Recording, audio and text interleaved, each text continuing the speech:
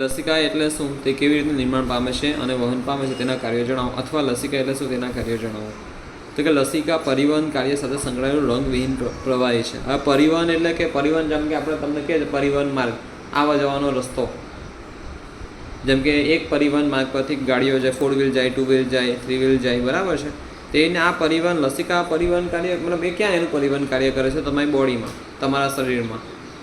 હવે વાત કરીએ સંકળાયેલું કોની સાથે સંકળાયેલું, તો કે પરિવહન કાર્ય સાથે સંકળાયેલું રંગવિહીન પ્રવાહી છે. રંગવિહીન એટલે રંગ વગરનું. કેશિકાઓને દિવાલમાં આવેલા છિદ્રો દ્વારા કેટલાક પ્રમાણમાં રુધિર રસ, જે કેશિકા છે તેના જે દિવાલમાં નાના નાના છિદ્રો આવેલા છે તેમાં કેટલા પ્રમાણમાં રુધિર રસ નીકળતું હોય છે. પ્રોટીન અને રુધિર કોષો ત્યાં પેશી કોષોના અવકાશમાં આવે છે. હવે અવકાશ એટલે ખાલી જગ્યા, એટલે પેશીઓની વચ્ચે જ્યાં અવકાશ હોય ને ત્યાં ખાલી જગ્યામાં કોણ આવે છે? તો એ કેશિકાઓની દિવાલમાં આવેલા છિદ્રો દ્વારા કેટલાક પ્રમાણમાં પ્રોટીન, રુધિર રસ અને રુધિર કોષો. તો આ રીતે લસિકા બને છે. હવે વાત કરીએ કે લસિકા રુધિરના રુધિર રસ જેવું જ હોય છે, પરંતુ તેમાં પ્રોટીન કેવી માત્રામાં હોય છે? ઓછી માત્રામાં હોય છે. મતલબ કે રુધિરમાં જેટલું પ્રોટીન છે તેટલું પ્રોટીન લસિકામાં હોતું નથી. હવે વાત કરીએ બાહ્યકોષીય અવકાશમાં, એટલે કોષના જે બહારની જે અવકાશ એટલે બહારની જે ખાલી જગ્યા છે તેને વાત કરીએ તો કે આંતરકોષીય વાહિકામાંથી લસિકા કેશિકા દ્વારા લસિકાનું વહન લસિકા વાહિનીમાં થાય છે અને અંતે મોટી શિરાના રુધિરમાં લસિકા મિશ્ર થાય છે, એટલે કે ભેગી થાય છે. હવે સિમ્પલ ભાષા આમાંથી વાત કરીએ તો તમારા લસિકાવાળું આથી આ પહેલું 3 મુદ્દા કરી લેશું તો કોઈ વાંધો નહીં. અને વાત કરીએ આગળ તેના કાર્યો શું છે, તેના કામ શું છે, તો કે નાના આંતરડામાં પાચિત ચરબીનું શોષણ અને વહન કરે છે. એટલે કે નાના આંતરડામાં જે બી આવે નાના, તમને ખબર છે આપણે ભણી ગયા છે ખોરાકનું પાચન, તેમાં સંપૂર્ણ પાચન ક્યાં થાય છે? નાના આંતરડામાં થાય છે.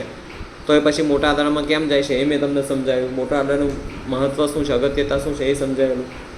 ચાલો, તો નાના આંતરડામાં જે ચરબીનું શોષણ થાય છે, જે લિપિડનું શોષણ થાય છે અને જે વહન કરાવે છે તે કોણ કરાવે છે? લસિકા કરાવે છે. કોણ કરાવે છે? લસિકા કરાવે છે.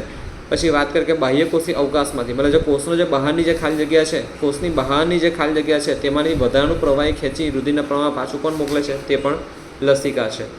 ફરીથી દેખીએ લસિકા એટલે શું, તો કે લસિકા પરિવહન કાર્ય, અંદર તમારા બ્લડ પરિવહન થતું હોય તો પરિવહન કાર્ય સાથે સંકળાયેલું રંગવિહીન એટલે કે રંગ વગરનું પ્રવાહી છે. લોહીની વાત કરો, લહુની વાત કરો, બ્લડની વાત કરો તો તે લાલ રંગનું હોય છે, રેડ રંગનું હોય છે, જ્યારે લસિકાનો રંગ હોતો નથી.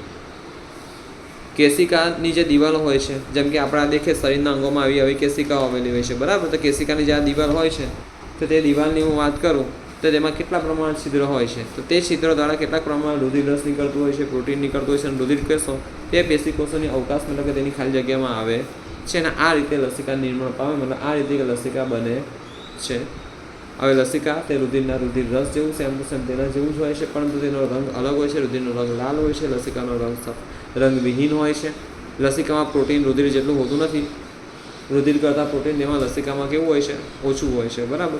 પછી ડાયરેક્ટ અહીં જાઓ લસિકાના કાર્યમાં કે નાના આંતરડામાં પાચી, એટલે કે જે પાચેલી ચરબી આવે છે તે ચરબીનું શોષણને વહન કોણ કરે છે? લસિકા કરે છે. જ્યારે બાહ્યકોષીય અવકાશમાંથી વધારાનું પ્રવાહી, એટલે વધારાનું પ્રવાહી બહારના જે પણ કોષ છે તેમાંથી વધારાનું પ્રવાહી રહ્યું હોય તો તે પ્રવાહી ખેંચીને રુધિરના પ્રમાણ પાછું કોણ મોકલે છે? તો તે પણ લસિકા મોકલે છે. તો આખું આ સવાલ છે ને તમારે બોર્ડમાં પૂછાય ને તેવો સવાલ ને જુલાઈ 2022 ભલે બોર્ડમાં પૂછાયો હતો, પણ અત્યારે પણ વાત કરું તો 2025માં પણ આ લસિકાવાળો સવાલ પૂછાયો હતો.